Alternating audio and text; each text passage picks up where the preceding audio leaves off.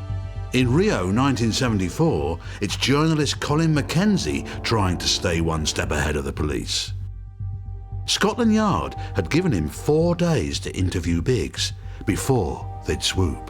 I was very, very aware of the timeline, that we only had 4 days to do the story, whereas he was very much of a South American ilk, where everything was mañana, tomorrow, and he had no desire whatever to spill his story out quickly. He wanted it to go on for 2 or 3 weeks. Biggs had no idea Colin was party to a police sting and continued to pour his heart out. My plan was to go straight to Rio, because when I was in Australia, when Mike and I were trying to work out where I should go, he came back with a whole big heap of travel folders, you know, and I saw this one of the Sugarloaf and the Bay of Botafogo, and I said, that one's for me. You have to adapt to what life throws at you, and that's exactly what he did. Biggs smuggled himself aboard a cruise line bound for South America. Once again, he'd left his family behind. The money he'd made from the train robbery had long gone. But that wouldn't stop Playboy Biggs living it up on the high seas. So what I did, what I sort of really set out to do, was to have just a very good time, you know, really have a ball. At the captain's party, I met this English chick called Molly. Molly? Yeah. Once again, it seems to be my fortune to meet chicks who just like to get as much as they can. Yeah. You obviously always were successful with women, but you mentioned earlier that you've never had the success you've been having in the last 3 years. It's simply because over here, like the gringos go down pretty well. They like blue eyes. Yeah. Well, yeah. I mean, the places I can take you wouldn't have any problem at all scoring good chicks, you know. Yeah, probably. Yeah. Right, no, it's not a probability. It's a certainty. After 2 days in a hotel room in Rio, the hack and the fugitive had bonded. But as the interview continued, the journalist was reminded once more of the world that Biggs came from. If I were bloody-minded and wanted revenge, I wouldn't sort of say pay someone to do it. I would want to do it myself. Would you? I think it's the safest way, you know. No one knows but yourself what's gone on.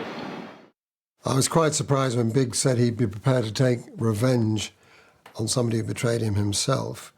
He never struck me as a particularly violent person. I think other members of the train robbery gang may have been violent criminals. He always seemed rather laid back and laissez-faire.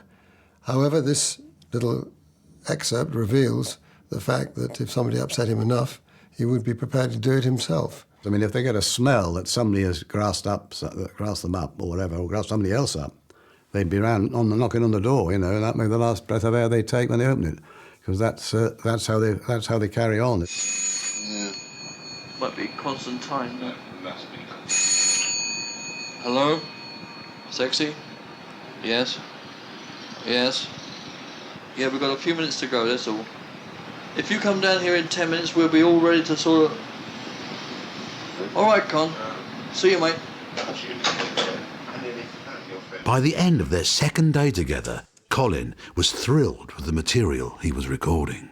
Some of the other train robbers always were cautious in everything they said once they were released from prison or even prior to their release. I don't think any of them told the full story as Biggs did. He had a very good sense of recall. I suppose he'd had plenty of time on the run since to think about it. Everything he said was fascinating to a journalist. Colin bid farewell to Biggs, thinking he had 2 more days to learn about his life in Rio before the police would make their move. Later that night, photographer Bill Lovelace burst into his room. He'd just come off the phone with the Daily Express's news editor. The plan had changed. I got a call from Bill Lovelace, and then I told him that it had all been brought forward. And he said, well, it can't be. And I said, it's brought forward, sunshine, and that's it. The police had moved the goalposts. They were now going to swoop on Biggs the next morning. Colin was furious. I went to this hotel where the policemen were to argue my case and say, you can't possibly arrest him tomorrow. I haven't got the story yet. I have no idea in detail what he's been doing for the last 5 years. I understand, I can understand. I remember him being not happy about it. And they said, well, there's no choice. It's been decided. Biggs hadn't left a contact number or address. Colin had no way of warning him. Next morning, Biggs turned up at room 909 of the Trocadero Hotel to continue the interview. The great train robber was about to walk into a trap. I think I was on the 5th floor, so I just got the lift up to Constantine's floor. I think he may have made an internal phone call and said, Biggsy's arrived. Jack Slipper and Peter Jones of Scotland Yard were ready to swoop. They'd seen him coming into the hotel. They actually had some Brazilian police there with guns. And the signal was that when everybody was in place, Bill Lovelace would come out and start taking pictures of Copacabana. Biggs arrived in high spirits. Incidentally, did you know that I got a quote of the year in Australia? And it was along the lines, the weather is glorious, the opportunities are marvellous, and the natives are friendly. I had 10 minutes to tell him the game was up or to keep quiet. Notorious train robber Ronnie Biggs had been evading the clutches of the police around the world since his escape from prison in 1965. Nearly 10 years later, in Rio de Janeiro, he was about to walk into a trap. British police were lying in wait. I got my tape recorder out as if we were going to have a sort of morning session with the tape recorder. And Bill said, look, get me a couple of photographs first, and perched on the windowsill to alert the police and started taking pictures of Biggs and Lucia. I had 10 minutes to tell him the game was up or to keep quiet. And I don't know whether I took the coward's way out, but I kept quiet. My heart is pumping and I'm asking him a few questions. And about within 5 minutes, there's a knock on the door. Constantine went and opened the door. And there is Jack Slipper at the door, who comes muscling in. And Slipper utters the immortal words, long time no see, Ronnie.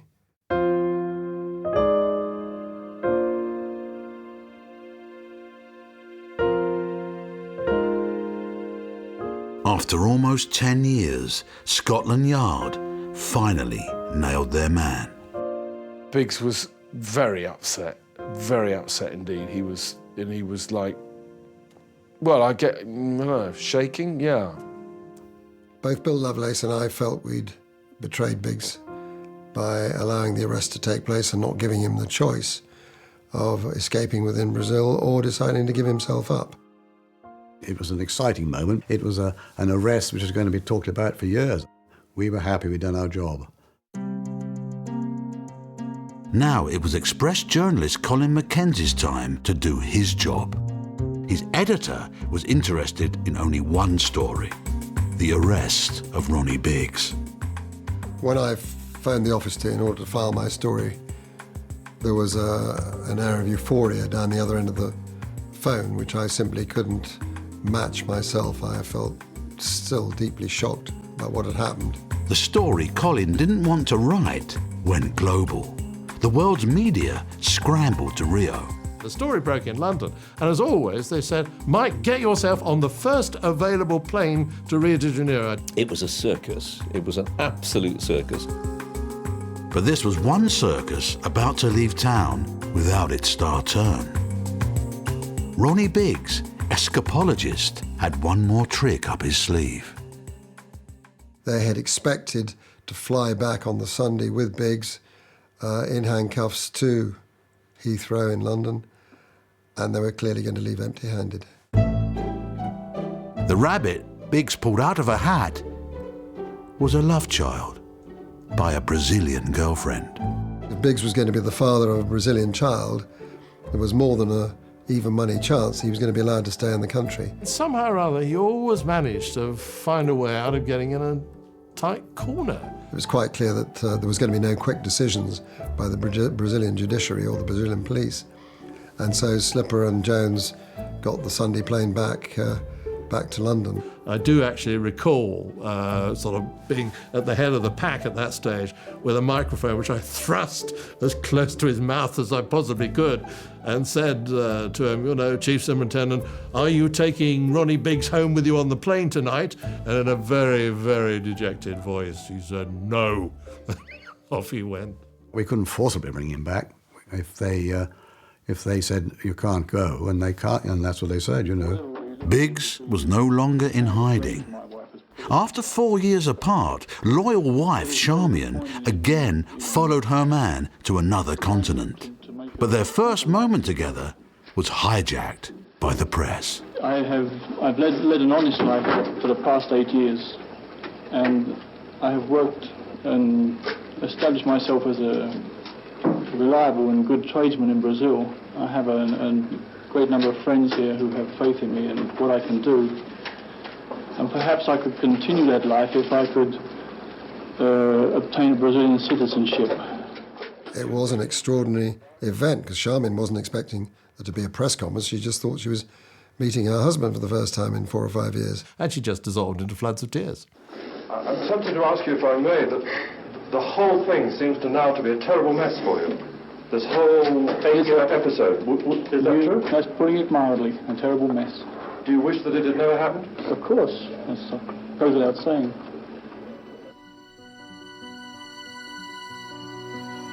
Charmian didn't settle in Rio and returned to Australia without her husband. Disillusioned, Colin soon left the Express.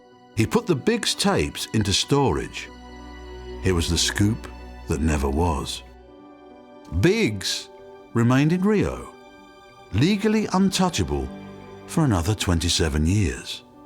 In 2001, after suffering a series of strokes, Biggs returned to the UK to give himself up.